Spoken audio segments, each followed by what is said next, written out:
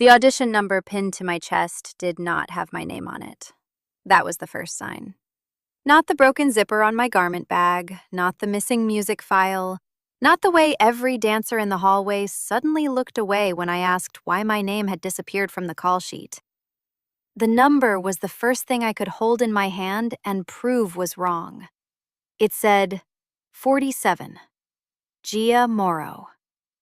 My name is Leah Ansel, and I had spent 11 months bleeding for that audition. Not metaphorically, not in the dramatic way dancers talk when they want pain to sound expensive. I mean actual blood. Blisters split beneath tape, toenails bruised purple, my right knee swelling after rehearsals until I slept with frozen peas wrapped around it, skin rubbed raw where the elastic of old practice shoes gave up before I did. I had done all of it for one chance at the Vera Company winter intake. One audition, one stage, one panel, one door back into the life Piper Lorne told everyone I had abandoned because I couldn't handle pressure. Piper was my ex-girlfriend. She was also the reason half the room already thought I was unstable before I ever stepped onto the floor. The audition was held inside the Larkspur Theater, an old stone building in Westbridge with red velvet seats, cracked gilt balconies, and rehearsal studios hidden behind the stage like secrets. Outside, rain slid down the tall windows. Inside, the corridors smelled of rosin, wet wool, hairspray, coffee, and nerves. Dancers filled every available corner. They stretched against walls, rolled ankles, tied ribbons, whispered counts under their breath, checked mirrors, rechecked eyeliner, pretended not to compare bodies. Some wore sleek black leotards and warm-up pants. Others arrived wrapped in oversized sweaters and private terror. Their audition numbers flashed white against black clothing like tiny verdicts. I stood near the registration table with someone else's number in my hand and a cold pit opening beneath my ribs. The volunteer behind the table was a young man with round glasses and a headset too large for his face. He looked at his tablet, then at me, then at the paper number. "I'm sorry," he said for the third time, which meant he wanted me to become someone else's problem. "My name was confirmed," I said. "Leah Ansel. I have the email." "Your slot was withdrawn yesterday." "No, it wasn't." He tapped the tablet with one nervous finger. "It says applicant withdrew due to injury." The words hit me so hard I almost laughed. Due to injury. That was Piper's favorite kind of lie, the kind that borrowed a scar. I had injured my knee the year before while dancing for the Halewick Touring Ensemble. Piper was company manager then. Brilliant, charming, beloved by donors, adored by directors, and very good at standing beside more talented women while slowly convincing them their careers only survived because she handled the practical world. She handled my schedule, my bookings, my rehearsal notes, my medication when the knee first tore, my messages when I slept through pain, my doubts when I cried in the bathroom after being cut from a tour, my life, eventually. When we were together, she called it care. After we broke up, she called it proof I was difficult. The injury had healed. Piper's version of me had not. "I did not withdraw," I said. The volunteer lowered his voice. "Miss Ansel, I'm just reading what's here." "Then what's here is wrong." "Maybe you should speak to administration." "Where?" He looked relieved to have a location to offer instead of help. "End of the corridor. Office with the blue door." I turned too quickly and nearly collided with a dancer in a pale gray wrap skirt. Gia Morrow. The name on my number. She was beautiful in the clean, expensive way dancers become when someone has paid for Pilates since childhood. Long neck, glossy dark hair, perfect feet. a face that knew where every camera might be. She held her own audition number between 2 fingers. 12. Leah Ansel. My number. She looked down at the paper in her hand, then at mine. For 1 second, panic flickered across her face. Then it vanished beneath a smile. "Oh," she said. "There must have been a mix-up." No one who says mix-up that smoothly believes in accidents. I held out my hand. "That's mine." Gia tilted her head. "Is it? My name is on it." "So it is." "Give it back." Her smile sharpened. Around us, several dancers went very still while pretending to stretch. "You should probably talk to someone," Gia said. "Making a scene before an audition is never a good look." There it was, the second sign. She was not surprised. She was repeating a line someone had given her. Before I could answer, a familiar voice came from behind me. "Leah." My body knew Piper before my mind turned. That was what I hated most, how the body keeps old devotion filed under emergency response. Piper Lorne walked down the corridor in a cream blazer and black trousers, headset clipped neatly to her collar, clipboard against her chest. Her copper hair was pinned low. Her mouth softened when she saw me in a way that would have convinced anyone who had not once loved it up close. Concern. Gentle. Prepared. "What are you doing here?" she asked. I almost admired her. Almost. "You know exactly what I'm doing here." Her eyes flicked to Gia's hand, then to the wrong number in mine. "Gia," she said lightly, "go warm up.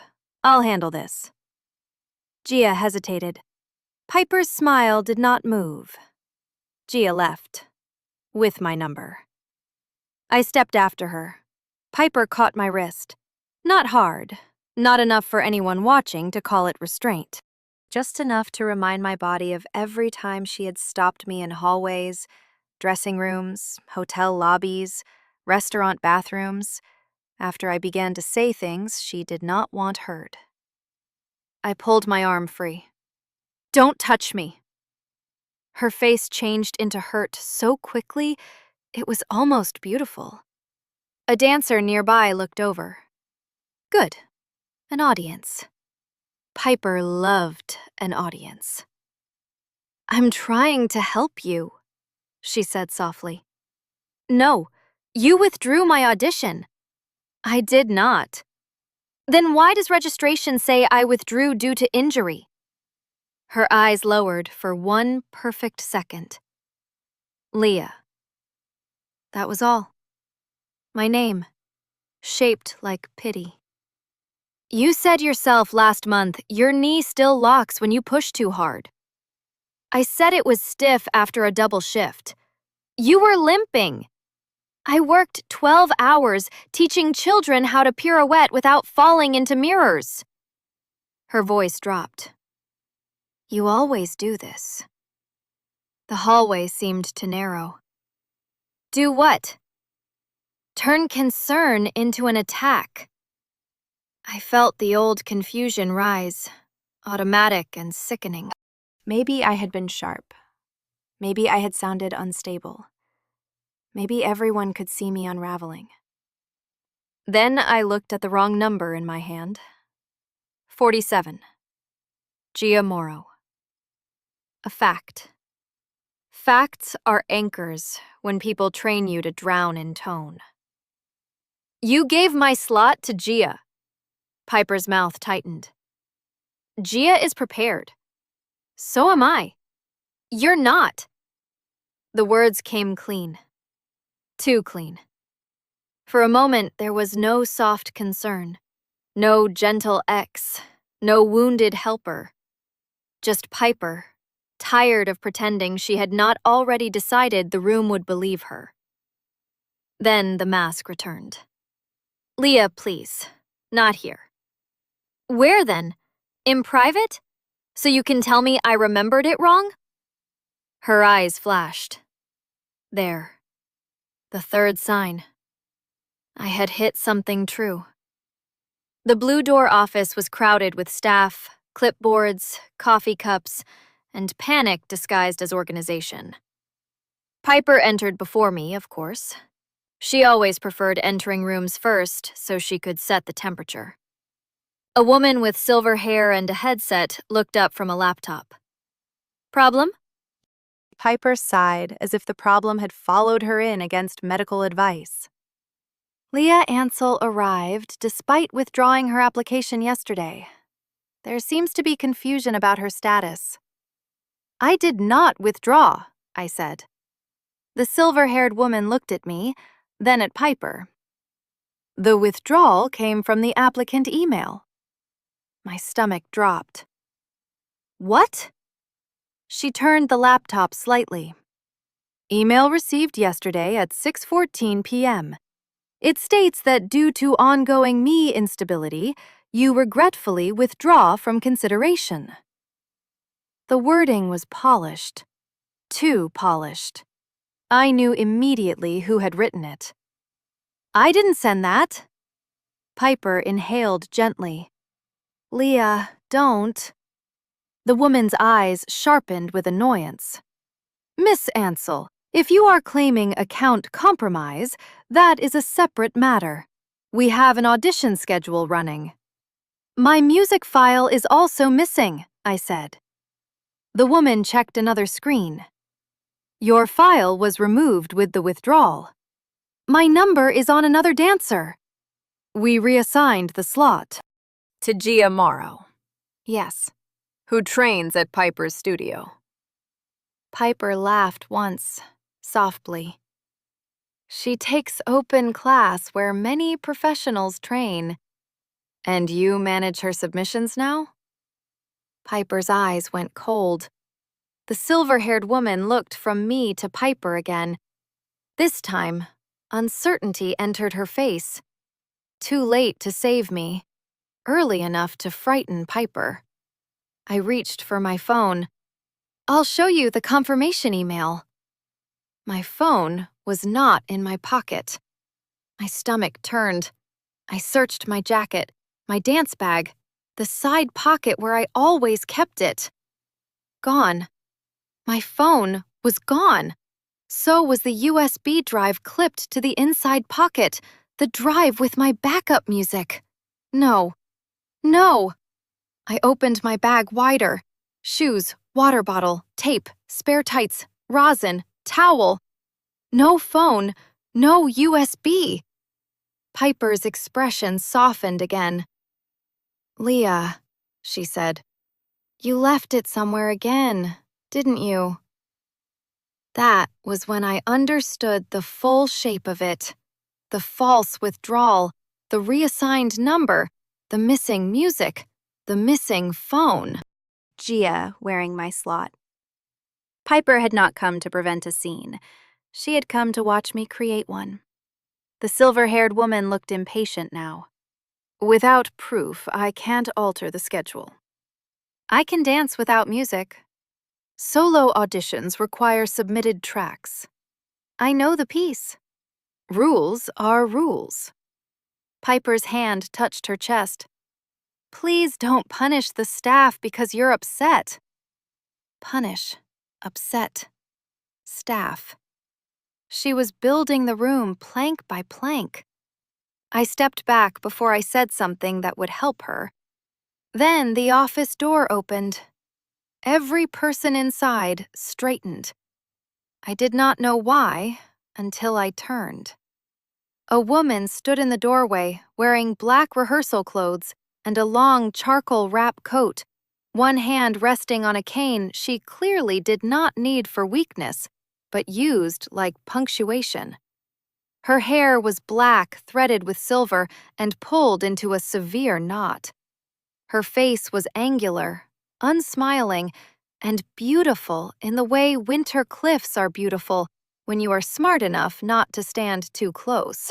Octavia Rain, the cold choreographer herself. Everyone in dance knew her name.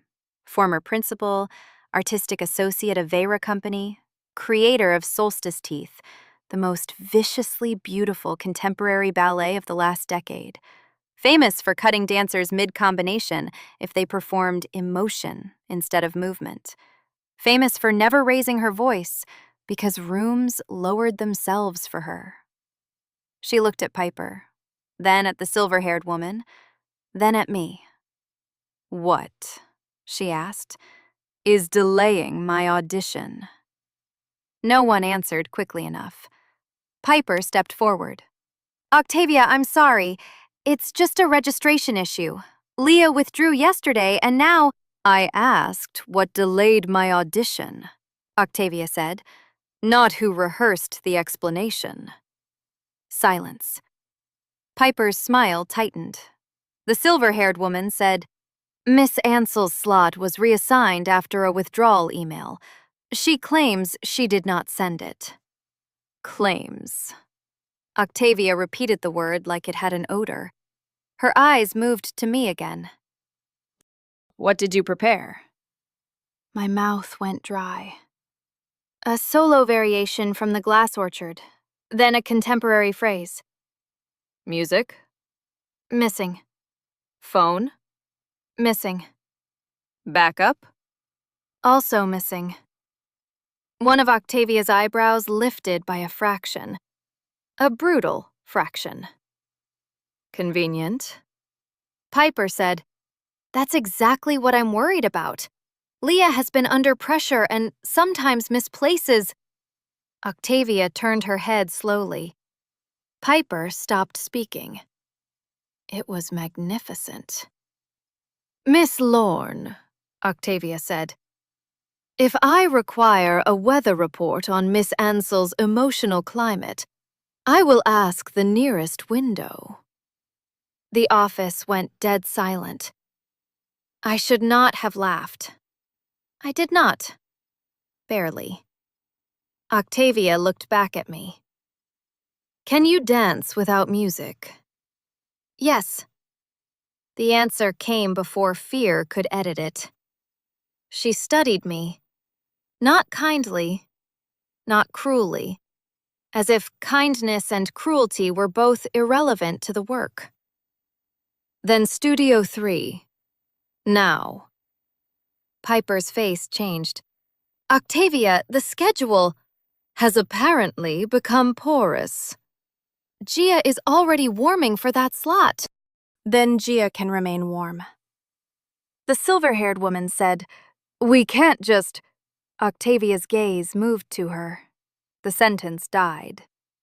I followed Octavia out of the office, with my heart pounding hard enough to bruise. In the corridor, dancers stepped aside as she passed. Gia, near the studio door with my number still pinned to her chest, looked up. Panic crossed her face. Octavia noticed the number, then mine. She stopped. "Exchange them." Gia blinked. "What?" "Numbers." Piper appeared behind us. "Octavia, now." Gia's fingers trembled as she unpinned 12, Leah Ansell, from her leotard. I unpinned 47, Gia Morrow, from mine. For one moment, our hands met between us. My stolen name, her stolen place, Piper's plan held together by 2 pieces of paper and a lie. Gia would not look at me. I almost hated her. Then I saw how afraid she was of Piper watching. That complicated the hatred, which was inconvenient. I pinned my own name to my chest. Leah Ansell. It felt absurdly close to getting my skin back. Studio 3 was empty, bright, and merciless. High windows, black marley floor, mirrors along one wall, a piano in the corner, rain trembling on the glass. The panel had not yet arrived, which meant this was not official, or not supposed to be. Octavia walked to the center of the room and removed her coat. Underneath, she wore black rehearsal pants and a fitted, long-sleeved top. Her body still held the terrible clarity of a former principal, spine aligned, shoulders quiet, every movement economical. Not young in the way Gia was young, not soft, not eager. Something sharper. Survived. She leaned her cane against the mirror. Begin. I stared. Now?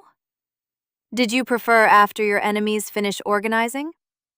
No, that was fair. I moved to the center of the floor. The room was too quiet. No music, no count, no panel, no applause to chase, no way to hide inside timing. Only my breath, my body, my knee, my name pinned to my chest. Piper stood in the doorway with Gia behind her. Several dancers had gathered in the corridor beyond, drawn by the scent of scandal. The silver-haired administrator hovered near the wall with her tablet. Octavia stood 5 feet away, arms folded, eyes like a blade laid flat. I almost froze. Then I remembered the first phrase. The glass orchard began with stillness. Not pretty stillness, caught stillness. A body listening for something that had already broken. I inhaled, raised one arm, and danced. Without music, every mistake became louder. The first turn was too cautious. My landing betrayed the knee. I felt Piper's attention catch on it like a hook. I almost panicked. Then Octavia said, "Again." I stopped. What? The turn. Again. Not apologizing this time. Something in me snapped upright. I did it again. Cleaner. Better. Continue. So I did. The solo moved through old technique and new damage.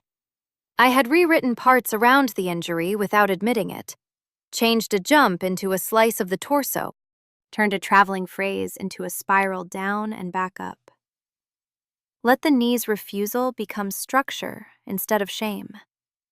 No one had seen that because no one had let me show it. Now the studio watched.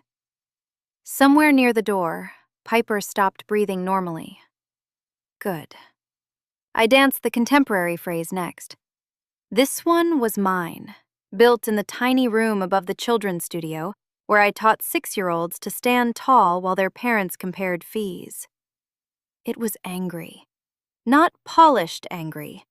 Hungry angry. A woman trying to pull her own shadow off the wall. Halfway through, my knee buckled. A small buckle.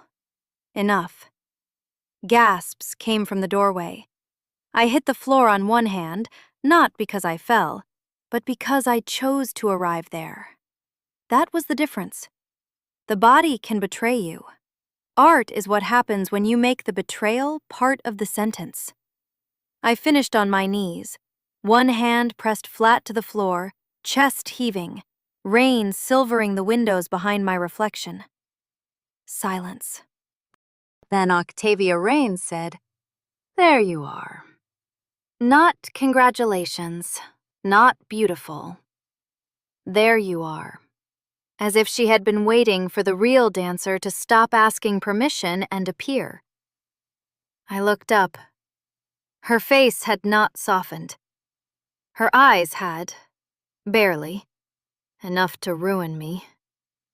Piper stepped into the room first because of course she did. "Octavia, this is irresponsible," she said. "You saw the knee." Octavia did not look at her. "I saw the choreography." "She altered a classical variation beyond recognition." "It needed it." "She fell." "She chose the floor." "She is not company ready."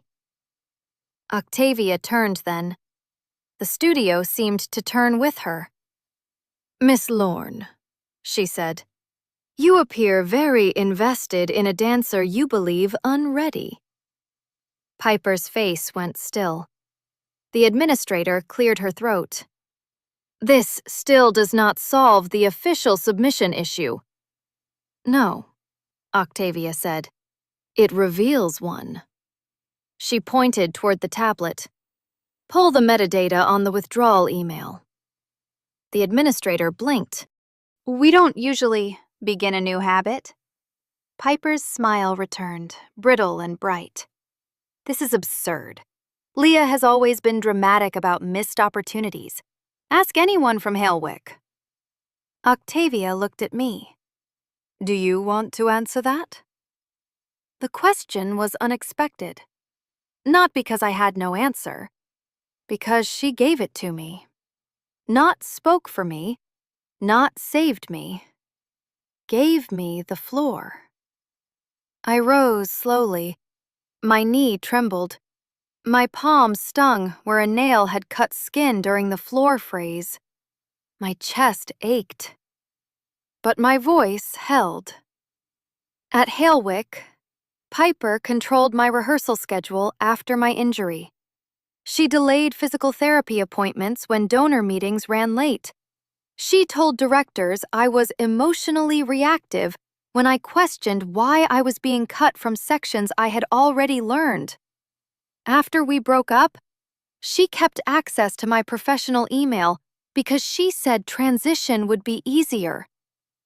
Piper's face went pale. I kept going. I should have changed every password. I didn't. That is my mistake. But I did not withdraw from this audition. The room held the words, not comfortably, but they stayed. Piper laughed softly. This is character assassination. Octavia's voice cut in. No, it is testimony with better posture than yours. One dancer in the hallway made a strangled sound. The administrator tapped furiously on the tablet, then stopped. Her face changed. What? I asked. She looked at Piper. The withdrawal email came from Miss Ansell's account, but the IP log shows the submission was made through the Vera guest network. Piper did not move. The administrator continued, slower now. Yesterday evening, admin lounge. Octavia looked toward Piper's headset. Staff access. Piper's eyes flashed. Do you know how many people were on that network? No, Octavia said, but I know how few people benefit from Leah Ansell disappearing politely. The studio went cold. Gia whispered, Piper. That one word shifted everything, not because it was loud, because it was afraid. Piper turned toward her. Not now. Gia stepped back. Octavia noticed that too. Of course she did. Before anyone could speak again, the administrator's phone rang. She answered, listened, and looked at me. Security found a phone in the women's washroom, she said. Cracked screen. It appears to belong to Miss Ansell. My breath stopped. And the USB? I asked. She listened again. No drive. Piper's mouth relaxed by a hair. There it was. The missing music was still missing. Octavia looked at the panel schedule posted on the mirror, then at me. You will audition officially in 20 minutes. The administrator said, without music? Octavia walked to the piano. I will count. Piper stared. You can't do that. Octavia looked back. Watch me. And somehow, everyone did. Before I continue, if you enjoy stories like this and want the extended, bolder versions while supporting the channel, you can find the Patreon details in the description. The 20 minutes before the official audition felt longer than the year after my injury. A medic checked my knee and declared it angry but structurally intact, which seemed like a fair description of my entire personality. My phone was returned with a cracked screen and no battery. The USB was still missing. The administrator, whose name turned out to be Maribel Shaw, avoided looking at Piper while pretending this was all being handled with standard professionalism. It was not standard. Nothing about Octavia Rain standing at a rehearsal piano with a stopwatch and the expression of a woman ready to murder bureaucracy through rhythm was standard. Gia waited near the hallway, still pale. Piper stood beside her, speaking too quietly. Gia kept shaking her head. I watched them from a bench while taping my knee. Octavia noticed. Do not spend your focus on people who invested in your absence. I looked up. She stood in front of me, cane in one hand, black wrap coat back over her shoulders. You make that sound easy. No, I make it sound necessary. I pulled the tape too tight and winced. Octavia held out her hand. I froze. She waited, not impatiently, precisely. May I? There it was again. Permission. Small. Enough to undo months of being handled like a problem. I nodded. Octavia crouched with controlled elegance, took the end of the tape, and rewrapped it around my knee. Her hands were cool, dry, and sure. No extra touch. No comfort performed for anyone watching. You danced around the injury, she said. Yes. For how long? Since it happened? No. Since someone told you the injury made you less valuable. The words struck so cleanly, I almost looked away. Octavia did not let me hide in silence. That long? She asked. I swallowed. Yes. She finished the tape and stood. Good. Good? If shame can be trained into the body, so can defiance. There was no safe way to receive that sentence. I stared at her. She looked back, unsmiling. You are not here because I pity you. I didn't think you did. I closed my mouth. She was right. That was annoying. You are here because when the room took your music, you produced time. When your knee failed, you changed the grammar. When your ex tried to make you disappear, you became inconvenient. My chest tightened. Octavia's eyes held mine. That is useful on stage. Useful. From Piper, the word had always meant exploitable. From Octavia, it sounded like weaponized survival. Thank you, I said quietly. Do not thank me. Dance accurately. Then she walked away. I pressed my hand over my mouth and almost laughed. The official audition room was the main stage, not a studio. The stage. Red velvet seats stretched into darkness. The panel sat at a long table near the orchestra pit. Artistic director, rehearsal master, 2 company principals, Maribel with the tablet, and Octavia at the far end beside a small speaker no one would use. Stage lights burned white-hot overhead. Every scuff in the floor showed. Every breath felt public. Dancers waited in the wings. Gia was 3 ahead of me. When she passed, she stopped. For a second, I expected another polished apology or another knife.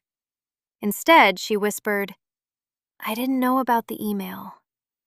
I looked at her. About the number? Her eyes filled. I knew she said you might not come. I knew she said if you did, you would make it difficult. I didn't ask enough. That was not innocence, but it was something. I can't forgive you right now, I said. Gia nodded. I know. Then she went on stage. She danced beautifully. That was the worst part. Gia was not talentless. She was not a villain with pointed shoes. She was a frightened woman who had accepted a stolen door because it opened toward her dream. Piper had used that too. When my name was called, the stage seemed too large. Leah Ansel. My own name over the speaker. I stepped into the light. No music, only Octavia's voice from the panel table. Begin on my count. The artistic director frowned but did not object. Octavia lifted one hand. 1, 2, 3, 4. I moved. This time, the silence did not feel empty.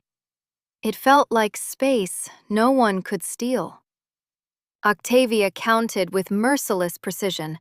Not loud, not kind. Perfect.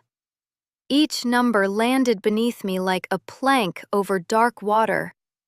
I danced the classical phrase first, stripped clean without music, then the contemporary section, then the altered turn, then the floor. When the knee trembled, I did not apologize. I made the tremor part of the line. When I finished, the stage was silent. Real silence, not dismissal. Attention. I stood center stage with sweat cooling under the lights and my chest rising hard. The artistic director leaned forward. "Miss Ansel," she said, "who set the contemporary phrase?" "I did." Her gaze sharpened. "You choreograph?" "No." Octavia's voice came from the far end of the table. "Yes." Everyone looked at her, including me. Octavia did not look away from the panel. She choreographs. Whether she has admitted it to herself is not an artistic question. The director made a note. My pulse turned wild. Afterward, I stepped into the wings and nearly collapsed against the wall. Piper was waiting. Of course she was. Her face was pale and tight, her headset gone now, as if removing it might distance her from the official part of the lie. "You think she saved you," Piper said. I looked at her. There was no softness left. Only the woman beneath all the careful concern. "No," I said. "I think she let me dance." Piper flinched. Good. Then her mouth curved. "You don't know Octavia Rain. She collects broken dancers and turns them into proof of her genius. Ask what happened to Nola Vex." The name meant nothing to me. It meant something to her, because she said it like a match near dry leaves. I did not give her the satisfaction of asking. Piper stepped closer. "She'll use your damage better than I did. That doesn't make it love." I hated that the word love still struck something in me when she said it. Not because I loved her now. Because I once had. "Move," I said. Her eyes hardened. "I know you, Leah." "No," I said. "You knew where I was easiest to edit." I walked away before she could answer. Octavia was in Studio 3 when I found her, standing alone by the mirror with her cane resting against one shoulder. The rain had stopped outside, leaving the windows gray and streaked. Her reflection looked almost ghostly in the glass. I should not have gone to her. Not immediately. Not with Piper's words still under my skin. But fear makes you seek the source of a wound, even when the wound may not be yours. "Who is Nola Vex?" I asked. Octavia's reflection did not move. For a long moment, she said nothing. Then, quietly, "Someone Piper should not know how to use." I stepped into the studio. "You don't have to tell me." "I know." The familiar answer. Chosen, not forced. Octavia turned from the mirror. Nola was my principal dancer 7 years ago. Brilliant, reckless, younger than she pretended to be in every way except talent. I pushed her too hard. My throat tightened. What happened?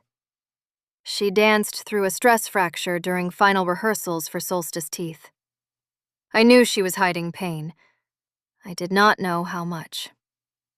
I admired her ferocity when I should have questioned her fear. Octavia's voice remained controlled. Too controlled. She broke on stage.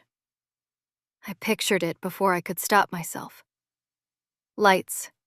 Silence. A body failing in front of people trained to call pain dedication. Did she recover? Yes, eventually. She left dance, became a physiotherapist, sends me insulting holiday cards. Relief and sadness collided strangely in my chest. So why does Piper say it like that? Because she knows guilt is a useful rumor even when the person survived. I looked at Octavia, the cold choreographer. The woman who had called out my shame, counted my audition, silenced Piper with one sentence. Not untouched. Not safe because she had never harmed. Safe because she remembered the cost. Is that why you stopped me from apologizing with my knee? Her eyes met mine. Yes. The answer was simple. It hurt. Not badly. Deeply. I wanted to step closer. I did not. Instead, I said, Piper said you collect broken dancers. Octavia's mouth tightened. Piper is lazy with metaphors. Despite myself, I laughed. Octavia's gaze dropped briefly to my mouth. So briefly, I might have imagined it. I did not. Neither did she. The studio changed. Only slightly. Enough. She looked away first. You should ice your knee. That is a very elegant escape. It is medical advice. You're not a doctor. No. I am worse. I am a choreographer. I smiled. So did she. Almost. Then Maribel appeared in the doorway, breathless. Miss Hansel, Miss Rain, we found the USB. My body went cold. Where? Maribel looked at Octavia first, then at me. In Piper Lauren's staff locker. The room went quiet. Octavia closed her eyes for one brief second. When she opened them, there was nothing cold in her expression anymore. Only focus. Then, she said, we are done being polite. And I realized the audition had not been stolen in order to keep me from dancing. It had been stolen because Piper knew exactly what might happen if I did. The USB drive was in Piper Lauren's staff locker, not on the floor, not misplaced near the sound desk, not accidentally tucked into some anonymous pocket where confusion could be forgiven and everyone could go home pretending the day had only been messy. It was inside a small black pouch beneath Piper's spare headset, her emergency sewing kit, and a folded Vera Company lanyard with her name printed on it in clean white letters. Piper Lauren, Guest Coordinator. Maribel Shaw held the pouch in both hands as if it might bite. I stood in Studio 3 with Octavia beside me and felt my body do something strange. It did not collapse. It did not shake. It went still. For months, Piper had made me feel like the truth was always arriving late, breathless, unwashed, and less believable than her version of concern. But here it was. Small, plastic, labeled in my own handwriting. Glass Orchard / Leah A. A fact that fit in a palm. Octavia took one step toward Maribel. Who found it? The stage manager, Maribel said. Piper asked him to collect something from her locker. He opened the wrong pouch. That is not an answer to who found it. That is a small novel about incompetence. Maribel swallowed. Stage manager. Tomas Reed. Where is Miss Lorne?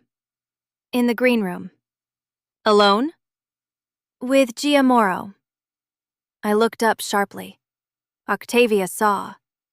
Her face did not change, but her voice lowered into something dangerous. Bring Miss Morrow here. Now. Maribel left almost too quickly. The studio door closed behind her. Rain tapped against the high windows.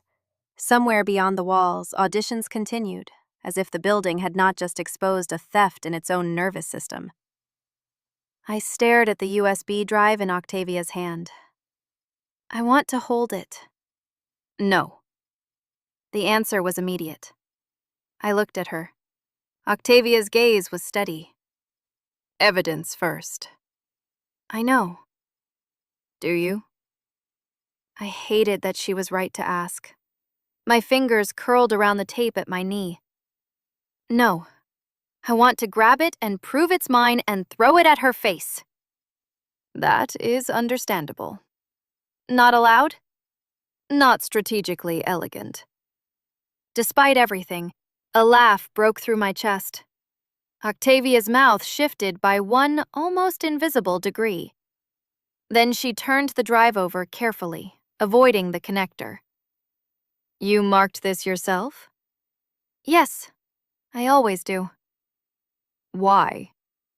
Because Piper used to say everything looked the same in my bag.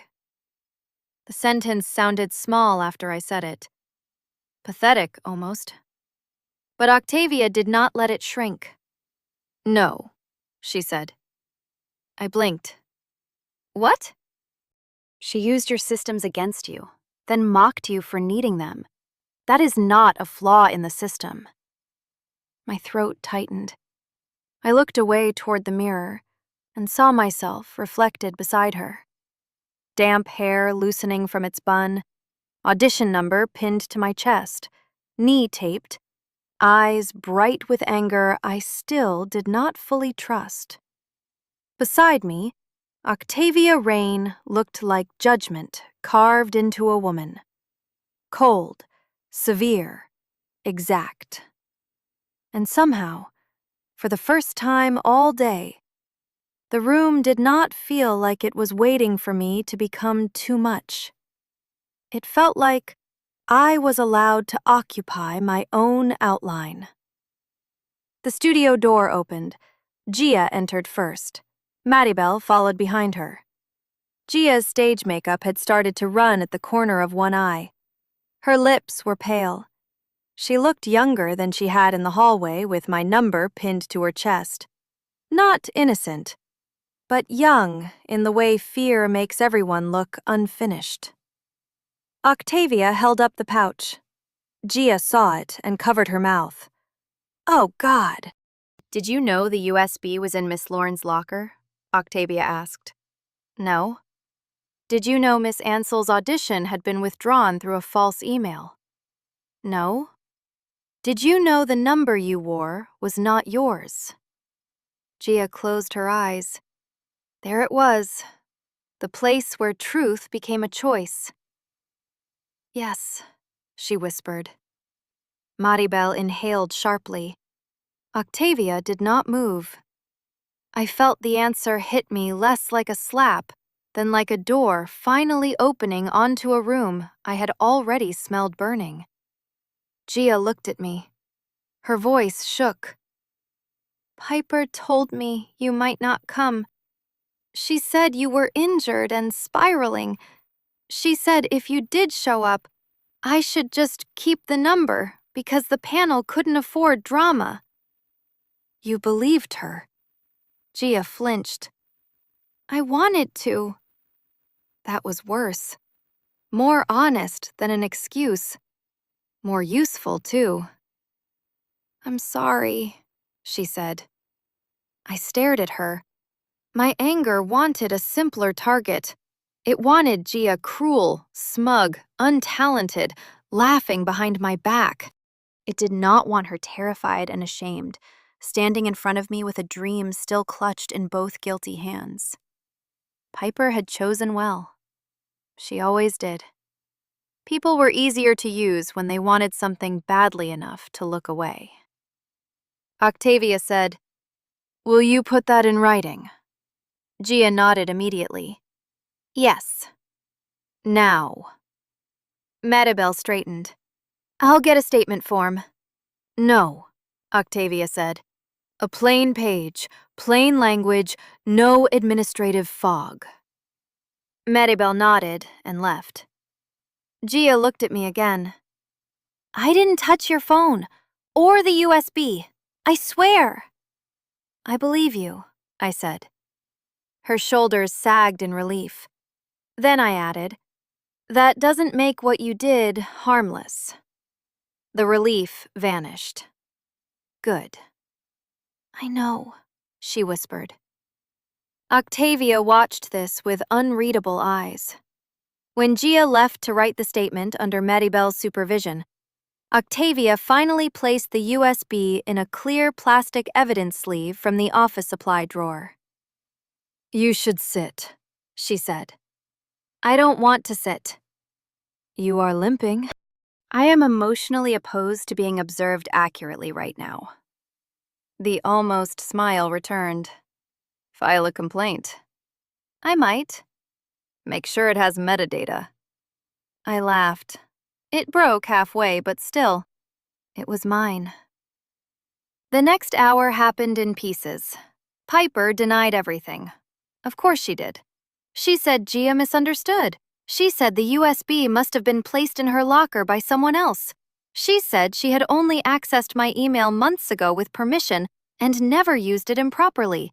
She said I was vindictive after the breakup. She said Octavia had taken a personal interest in me too quickly. That last part changed the temperature of the room. We were in the administrative office by then. Maribel, the artistic director, 2 staff witnesses, Gia, Piper, Octavia, and me. My phone had been returned with a cracked screen and 3% battery. Maribel had found the withdrawal email. The network log placed the submission in the admin lounge during Piper's scheduled break. Gia's statement placed Piper in direct conversation with her about keeping my number. The USB sat sealed on the desk. Piper was losing. So she did what Piper always did when facts stopped serving her. She reached for shame. "Octavia," she said, voice quiet with false reluctance. "People remember what happened with Nola Vex." No one moved. Octavia's face remained still. Too still. Piper continued, encouraged by the silence. "You have a history of turning injured dancers into projects. It destroyed one girl's career. Are we really going to pretend your judgment is clean here?" The artistic director looked uncomfortable. Maribel looked at the table. Gia looked confused. I looked at Octavia. There was no visible wound. That made it worse. Piper knew exactly where to press, because people like Piper always collect other people's bruises before deciding whether they might be useful later. Octavia's voice, when it came, was calm. "Nola Vex has provided a written statement to Vera every year for 7 years, saying she does not consent to being used as gossip by people who did not visit her once during recovery." Piper blinked. For the first time, she looked unprepared. Octavia reached into the leather folder beside her and removed a sheet of paper. "I anticipated your laziness." The room went silent. She handed the paper to the artistic director. "Nola is now a physiotherapist. She works with injured dancers professionally. Her view, repeated often and with creative profanity, is that my guilt is mine, her injury is hers, and neither belongs to third parties seeking leverage. The artistic director read quickly, then looked at Piper with open distaste. Piper's mouth trembled. "This is insane." "No," Octavia said. "This is what happens when old accusations meet filing systems." I had never wanted to kiss someone and applaud a filing system at the same time. It was inconvenient. The decision came 20 minutes later. Piper was removed from the audition floor pending investigation. Her guest coordinator access was suspended. Gia was allowed to complete the audition but placed under review for conduct. My submission was reinstated. The USB was duplicated under supervision and returned to evidence storage after my track was verified. My official audition would stand. That should have felt like victory.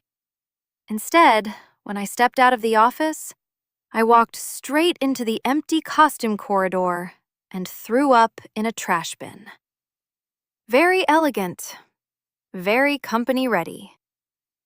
Octavia found me crouched beside a rack of velvet jackets, one hand braced against the wall, breathing hard and hating my body for choosing that particular expression of relief. She did not comment on the trash bin. Of course she didn't. She handed me a bottle of water. I took it with shaking fingers. "Do not apologize," she said.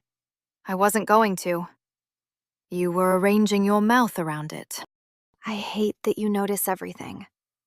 "No, you don't." I looked up at her.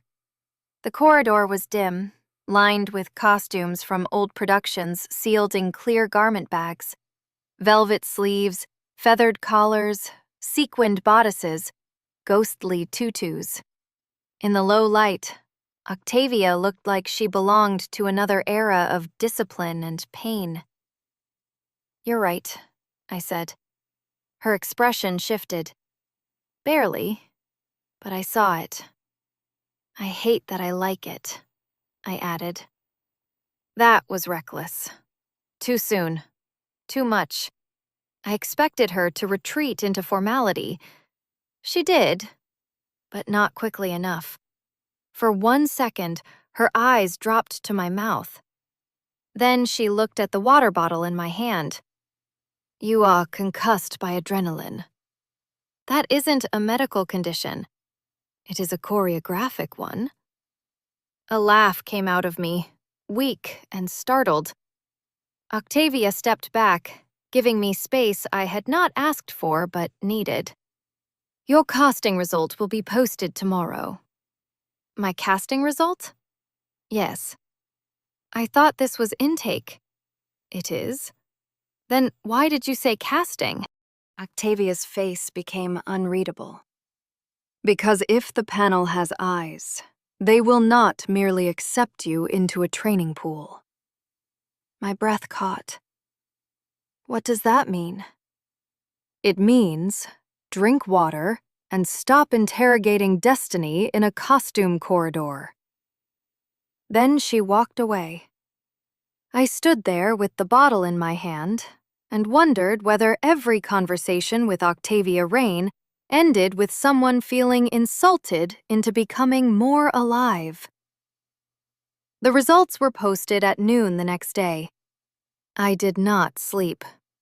I spent the night in a cheap guest house room with my knee elevated, my phone charging beside the bed, and 6 unread messages from Piper lighting the screen one after another. "Leah, please answer. You're letting them turn this into something ugly. I was trying to protect you." "Gia misunderstood. Octavia is using you. You know I loved you." That last one stayed open on the screen for a long time. "You know I loved you." Maybe she had. That was the worst part. Maybe Piper had loved me in the way she understood love, as management, possession, narrative control, proximity to brilliance she could rename as her own labor. Maybe she had believed every correction, every withheld message, every warning about my instability was care. Maybe cruelty does not always know itself by name. I deleted the thread without replying. Then I cried because deletion is not the same as indifference, and I was tired of pretending strength meant clean emotional paperwork. At 11:47, I walked back to Larkspur Theater. The lobby was packed. Dancers crowded around the notice board beneath the old chandelier, whispering names, numbers, roles, futures. Some cried openly. Some pretended not to. Some walked away too quickly. I stayed near the edge until the crowd thinned. My knee ached. My throat was dry. Gia came out first. She saw me and stopped. "I'm alternate," she said. I did not know what to say. "I deserved worse," she added.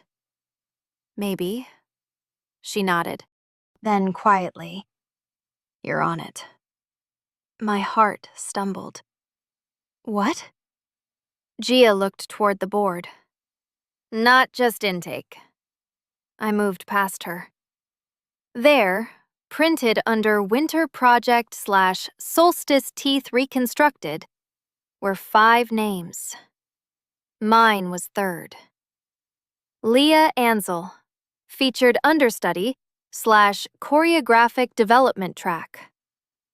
I read it once, then again. Then the letters blurred. Featured understudy. Choreographic development. Not charity, not pity. Work. Real work. A door that had almost been stolen. I pressed my fingers to the wall beside the notice board because the floor had become unreliable. Maribel appeared beside me. Her expression was softer than yesterday, which made her look younger.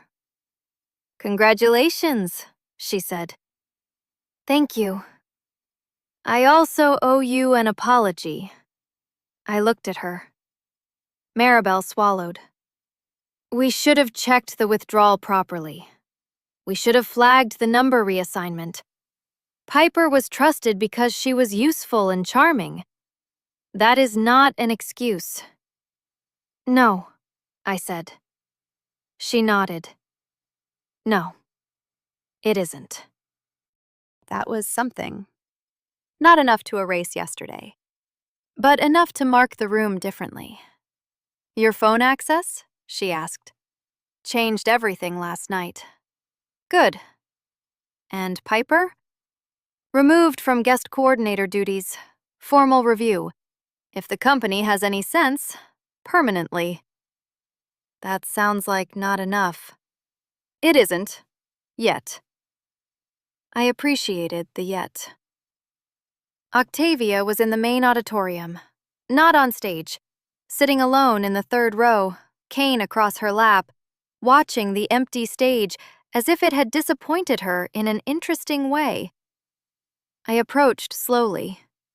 She did not turn. "You saw the board," she said. "Yes." "Good. That's all?" She looked at me then. The house lights were low. The stage glowed with work light, flat and honest.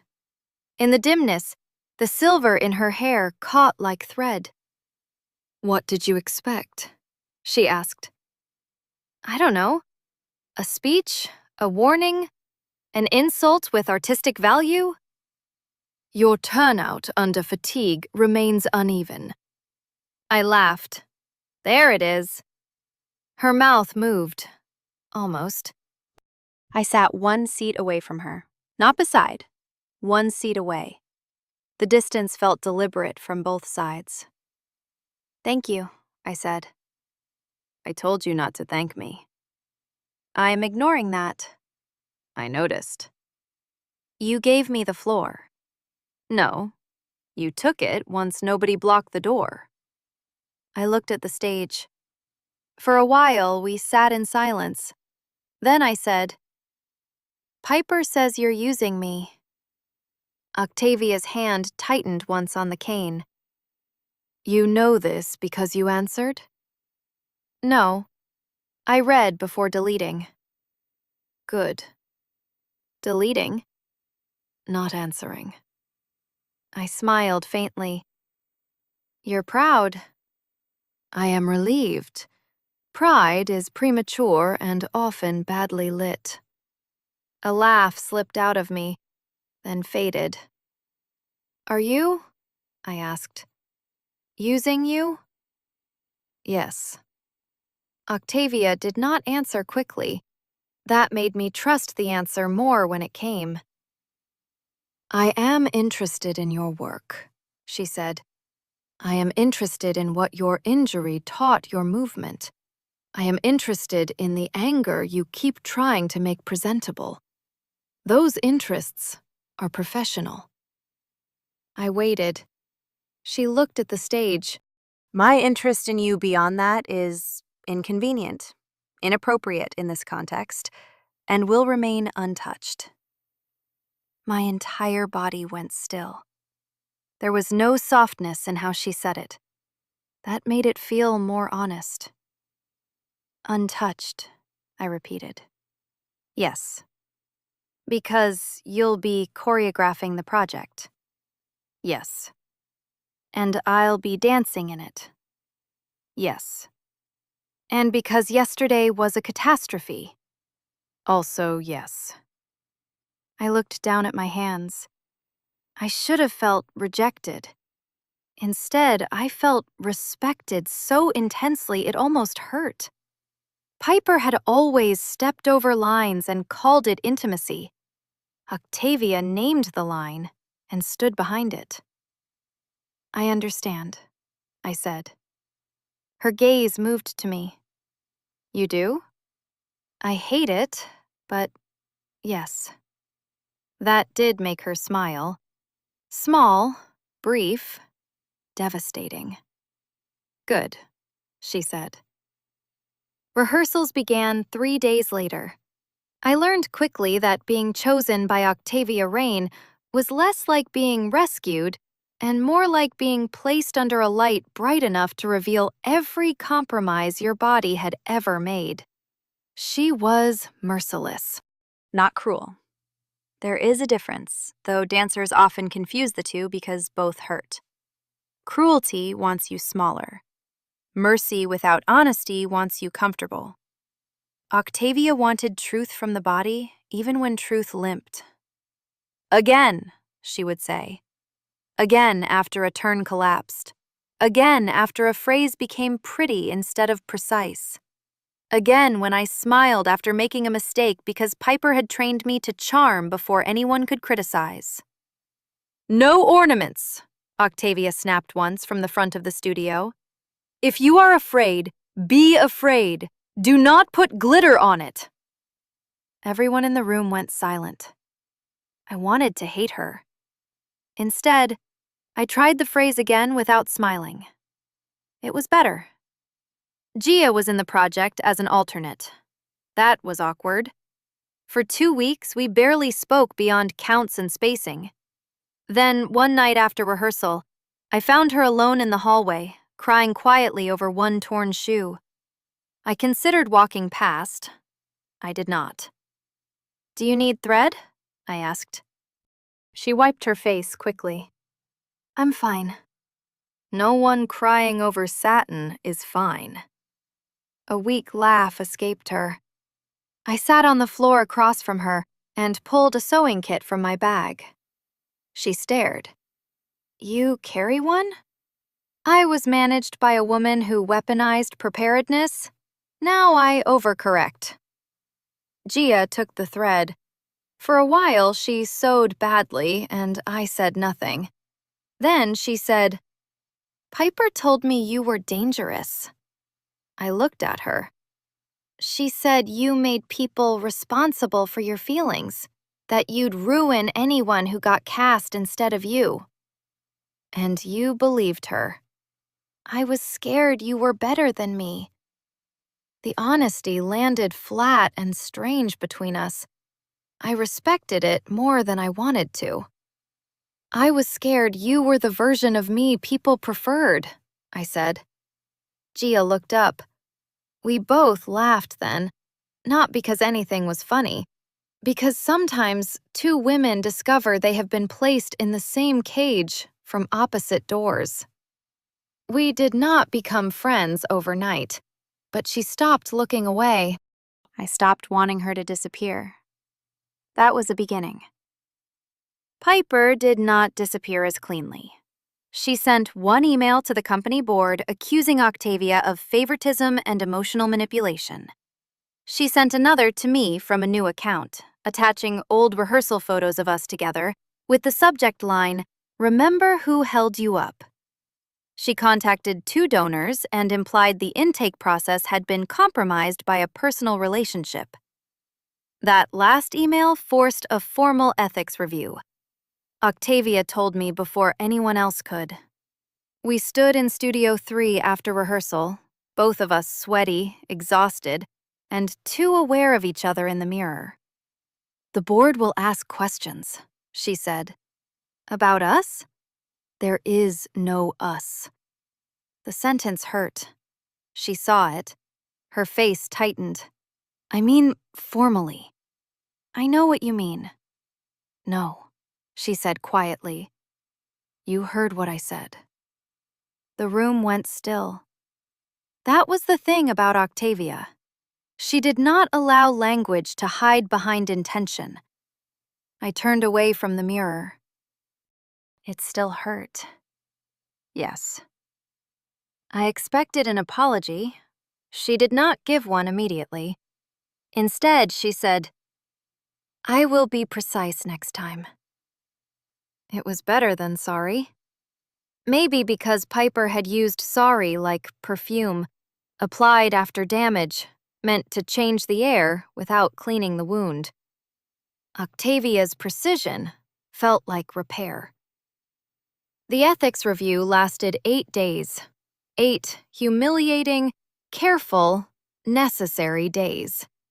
Maribel submitted records, Gia submitted her statement, Nola Vex sent a video call testimony so full of dry humor and profanity that one board member visibly surrendered halfway through. I stated that Octavia had not touched me outside necessary rehearsal correction and medical support with permission, had not contacted me privately beyond company matters, and had, in fact, been infuriatingly ethical. The board accepted it. Piper's complaint collapsed. Her access to Vera was permanently revoked. I thought that would feel like freedom. It felt like quiet. Freedom, I was learning, is not always a shout. Sometimes it is realizing no one has texted you in 3 days to tell you what your own motives are. The winter project opened in February. Solstice Teeth Reconstructed was not beautiful in a simple way. It was winter hunger, old injuries, women moving like broken glass, deciding to become architecture. Octavia took the original ballet that had made her famous and cut it open.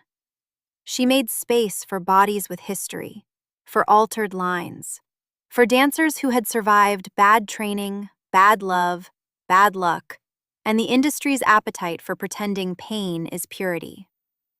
My section came in the second act, a solo at first, then Gia entering behind me as an echo, then the ensemble surrounding us.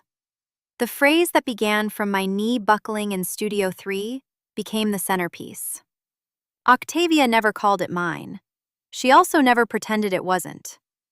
On opening night, I stood in the wings with rosin on my shoes, breath measured, costume tight against my ribs. Gia squeezed my hand once. "Don't fall," she whispered. "Don't steal my number." She choked on a laugh and almost ruined her entrance. Octavia stood in the shadows near the stage manager, headset on, face unreadable. Just before my cue, she looked at me. No smile, no softness, only that severe attention that had first pulled me back from disappearing. Then she nodded once. "There you are." I stepped into the light. The performance did not fix my life. No applause can do that. But when the solo came, when my knee trembled and I let the tremor speak, when the audience went silent in the way real attention makes a room hold its breath, I felt something inside me return to its rightful owner. Me. Afterward, the reviews came. They mentioned Octavia, of course. They mentioned the reconstruction. They mentioned the brutality of the choreography, the stripped-back staging, the strange tenderness of damaged movement. And they mentioned me. Leah Ansel dances as if survival is not an aftermath, but a technique. I read that line 17 times and cried in a cafe bathroom. Piper sent nothing. That was its own kind of ending. 3 months after opening night, the project closed. My contract shifted. Not company member. Not yet. Instead, Vera offered me a choreographic residency and a featured guest position for the spring tour. It was not the path I had imagined before the injury. It was better. Not easier. Better. On the final night, after the closing performance, the company held a small reception in the upstairs bar of the theater. Red lamps, cheap champagne pretending to be celebratory, dancers in soft clothes and stage makeup half removed, Gia laughing with 2 apprentices, Maribel drinking sparkling water like it had personally wronged her, Nola Vex appearing by video on someone's phone to insult Octavia's lighting choices. I escaped to the empty stage. The house was dark now. Only the ghost light remained, standing center stage with its single bulb glowing over the floor. The seats disappeared into shadow. The air smelled of dust, sweat, rosin, and finished things. I stood barefoot on the marley and let the quiet come close. Footsteps sounded behind me. I knew them before I turned. Octavia entered from the wings, still in black, hair loosened from its knot, cane in one hand. Without the rehearsal room around her, she looked almost younger, or maybe simply less defended. "You vanished," she said. "I'm on stage." Socially vanished. Ah, yes. She came to stand a few feet away. The ghost light drew a pale circle between us. "For once," I said, "I'm not avoiding anything. I just wanted to be here after it ended." Octavia looked around the empty theater. Stages are kinder when empty. Are they? They stop asking to be fed. That sounded like something she knew too well. I watched her profile in the ghost light. "The contract is over," I said. "The project contract, yes. The ethics review is over." "Yes." "You are not currently choreographing me." "No." "I'm not in crisis." "No." "I have changed all my passwords." That did make her mouth move. "Excellent." "And my knee is medically boring." "Debatable." "Octavia." She looked at me fully then. The air shifted. Not suddenly. It had been shifting for months. Slowly, carefully, every line respected until respect itself had become unbearable. "I know," she said. "You do?" "I have been severe, Leah. Not blind." My heart made an embarrassing attempt to leave my body. I stepped closer. She did not move away. "Do you still think it's inappropriate?" "Yes." I stopped. Then she added, less persuasively. A laugh broke out of me. Octavia's eyes warmed in the dark. Actually warmed. Not much. Enough to make the whole empty theater feel dangerous. "I am still difficult," she said. "I noticed." I am older than you. Not historically. Leah, I'm listening. I carry guilt badly. I carry shame badly. I correct people when nervous. You correct people when awake. The ghost of a smile touched her mouth. I do not know how to do this gently. That was the first time she sounded afraid. Not of me, of harming by accident what she had protected on purpose. I stepped into the circle of light. Then do it accurately. Octavia went still. For one breath, neither of us moved. Then she set her cane against the edge of the stage. Slowly, deliberately. She crossed the distance between us and stopped close enough that I could feel the warmth of her without being touched by it. "May I kiss you?" she asked. Months of restraint lived in that question. The hallway, the bench, the studio, the ethics review, every time she had stepped